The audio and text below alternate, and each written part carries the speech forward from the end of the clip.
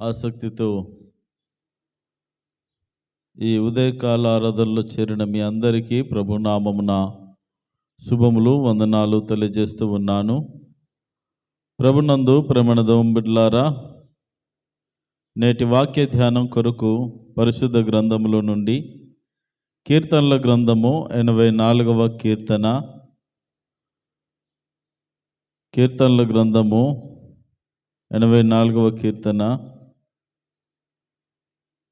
4వ వచనాన్ని చదువుకుందాం.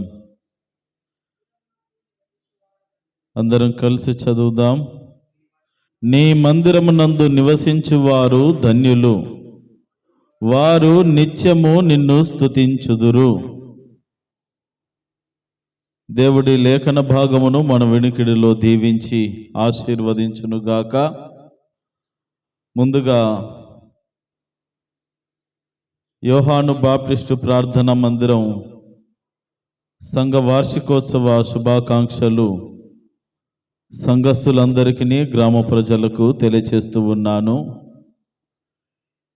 ఈ మాటలు వింటున్నటువంటి మీ అందరికీ కూడా సంఘ వార్షికోత్సవ శుభాకాంక్షలు తెలియచేస్తూ ఉన్నాను. ప్రేమన దౌంబిడ్లారా, 84వ కీర్తనంతా కూడా మందిరము గురించి వ్రాయబడినటువంటి ఒక అత్యద్భుతమైనటువంటి కీర్తన. మందిరం యొక్క ప్రత్యేకత, మందిరం యొక్క ప్రాధాన్యత, విలువ ఏంటో భక్తుడైనటువంటి ఇదిగో కోరాహు కుమారులు వ్రాస్తూ పాడినటువంటి కీర్తన ఇది. కోరాహు దేవుని సన్నిధిలో నిత్యము సేవ చేయు ఒక ప్రత్యేకమైనటువంటి వ్యక్తి. అయితే దేవుని సన్నిధిలో తిరగబడి దేవుని సన్నిధిలో తనిష్టానుసారముగా ప్రవర్తించినందున ఇంకా కోరాహు గురించినటువంటి చరిత్ర పాత నిబంధనల్లో చాలా చక్కగా వ్రాయబడి ఉంటుంది. తాను చేసిన పాపము కారణంగా భూమి నెరలు విడిచి వారిని మింగివేయినట్లుగా దేవుడు అంగీకరించాడు. అంత మాత్రమే కాదు, ఆ సంతానపు వారికి మందిరములోనికి వచ్చేటటువంటి ఆధిక్యతను దేవుడు ఆ రోజుల్లో ఇవ్వలేదు. ఎలా మారిపోయిందంటే పరిస్థితి, అప్పటి వరకు కూడా నిత్యము మందిరములో చక్కటి సేవలు, ఒక లేవీలు సేవ చేసేటటువంటి విధానంలో ఉన్నటువంటి వీరు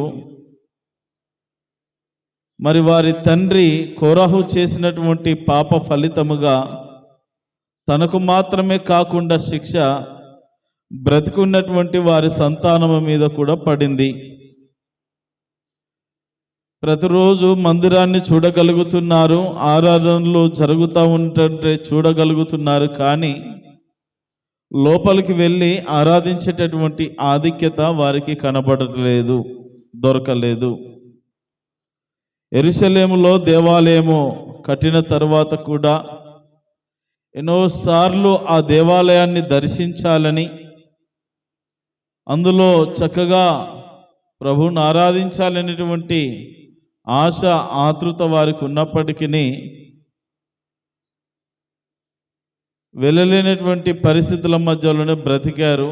అయితే ఈ ఇశ్రాయేలు పండుగలు వచ్చినప్పుడు యూదులు అనబడినటువంటి వారు, యూదులు ఎక్కడ ఉన్నప్పటికీ దేవుని ప్రజలు ఆ మందిర ప్రతిష్టత రోజు కానీ, ఈ ప్రత్యేకమైనటువంటి పండుగ సందర్భాల్లో కానీ మందిరానికి వెళ్ళి వాళ్ళక్కడ పండుగ జరుపుకొని తిరిగి వారి ఇళ్ళలోకి వెళ్ళిపోయేవాళ్ళు.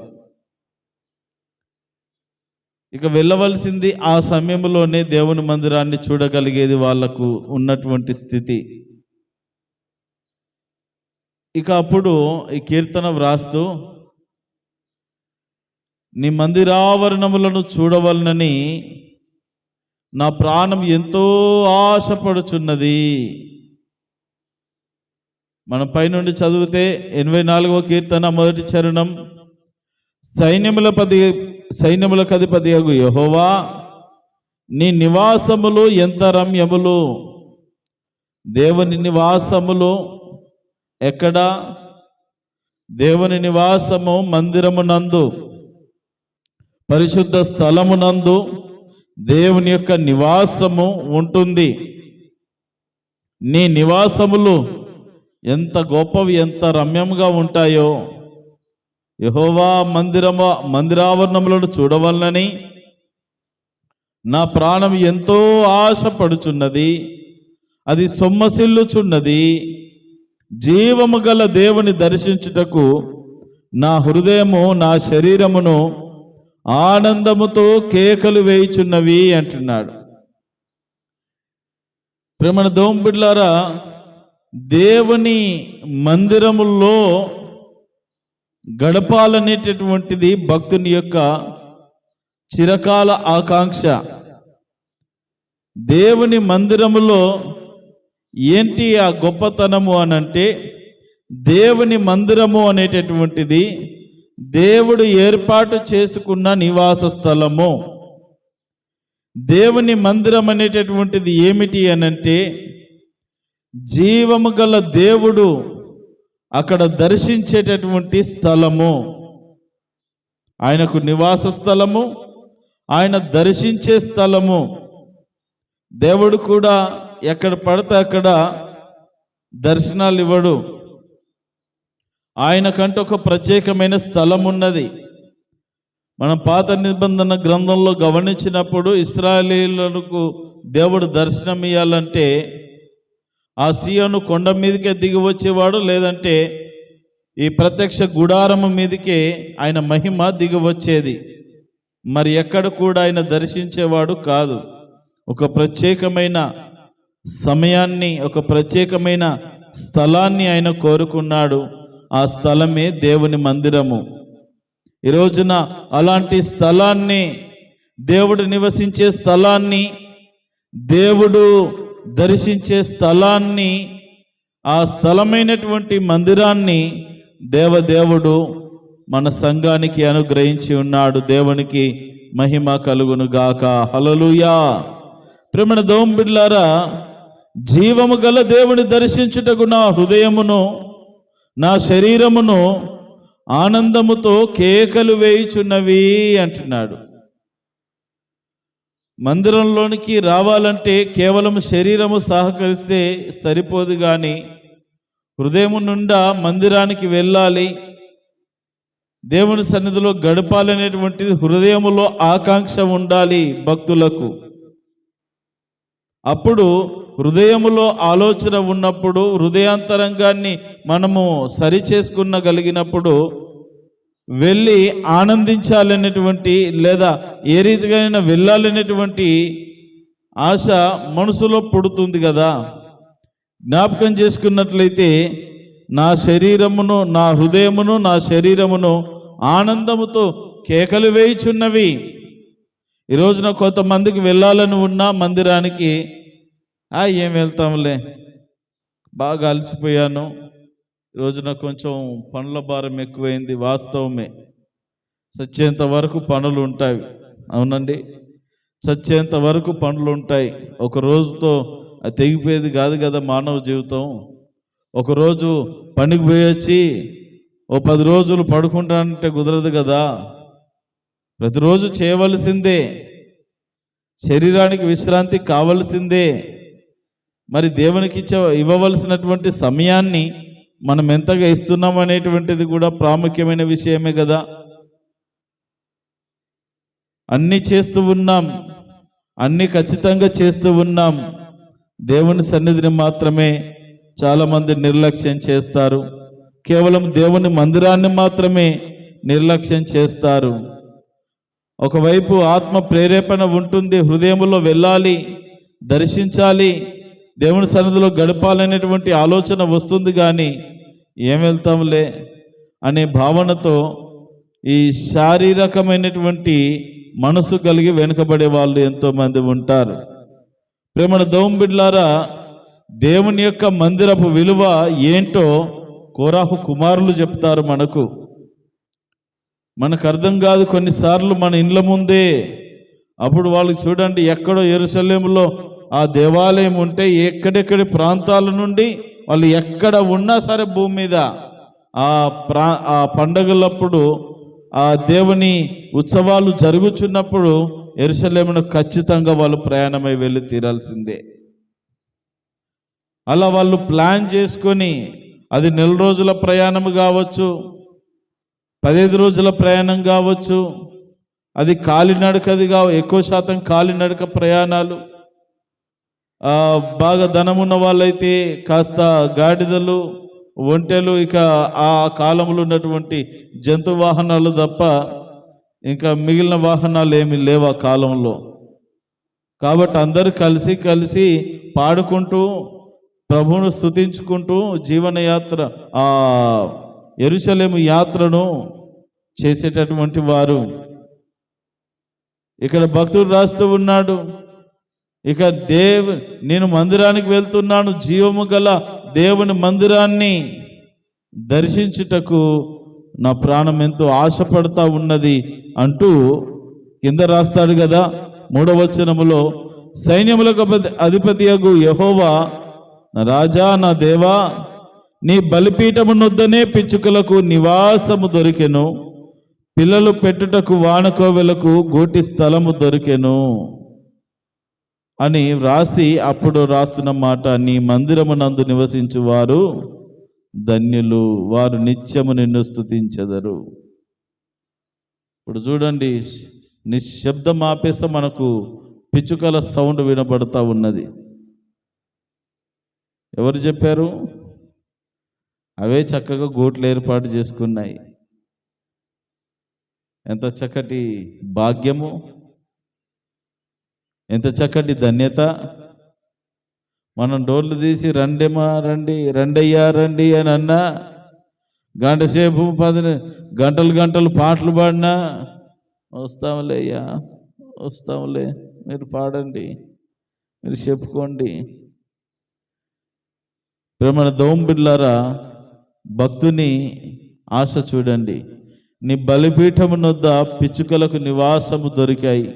ఎల్లప్పుడూ నీ బలిపీఠమును ఆనుకొని, మందిరాన్ని ఆనుకొని బ్రతుకుతా ఉన్నాయి. అలా చిన్న చిన్న జీవాలకు చక్కటి నివాస స్థలము దొరుకుతా ఉన్నది.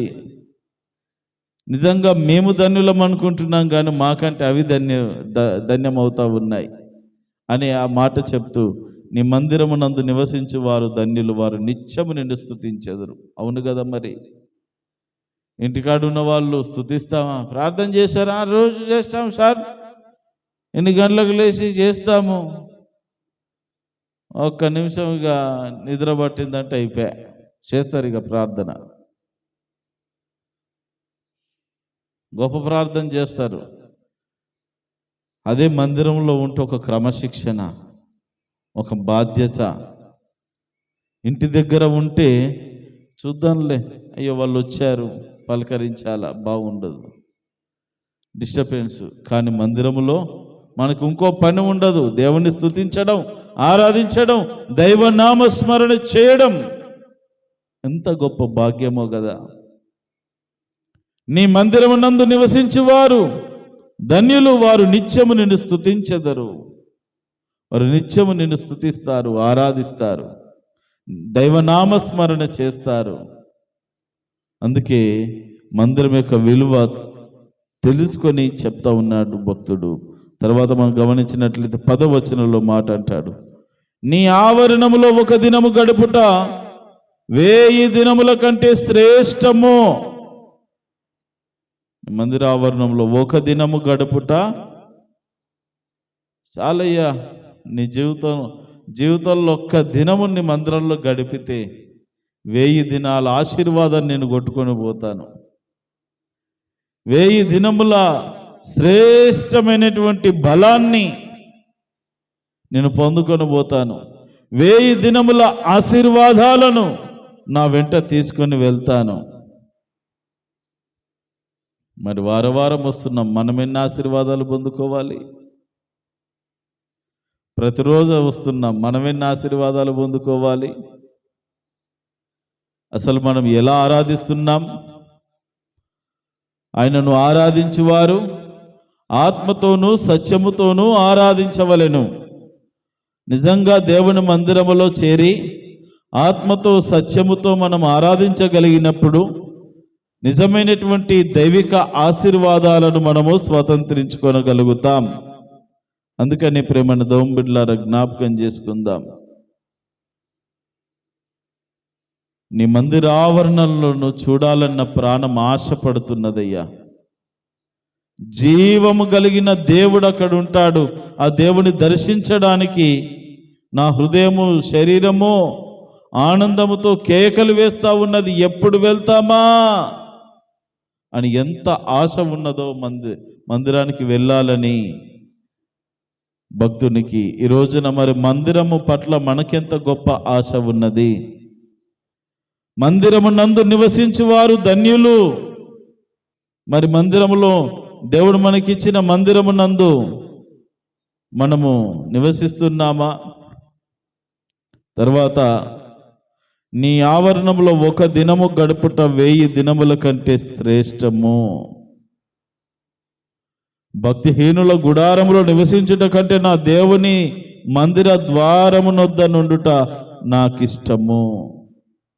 ఎంత గొప్ప మాట అది. ఎక్కడో భక్తిహీనులు మందిరానికి రాకుండా భక్తి భావం లేనటువంటి వారి దగ్గర ఎంతసేపు ఉంటే ఏం ప్రయోజనం? కనీసం మందిరం లోపలికి కాదు కదా, మందిరం ద్వారం దగ్గర కాసేపు కూర్చున్న ఆ ప్రశాంతతే వేరయ్యా. ప్రేమణ దేవుని బిడ్డలారా, ఆ రీతిగా మందిరం యొక్క విలువను గుర్తించిన ఈ భక్తుడు కీర్తన వ్రాస్తూ ఉన్నాడు. ఈ రోజున నువ్వు మందిరమందు నివసిస్తున్నావా? నువ్వు మందిరములో నివసిస్తే, మందిరమును ఆనుకొని మందిరావరణములో నీవు గడుపుచుంటే, మందిరపు ద్వారమునొద్ద నీ జీవితము కొనసాగుతుంటే నిజంగా నీ జీవితము ధన్యమే.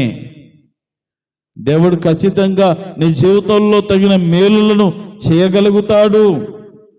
అందుకని జ్ఞాపకం చేసుకుందాం. మందిరము ఆవరణము చూడవలన మన ప్రాణము దేవుని కొరకు ఆశపడాలి.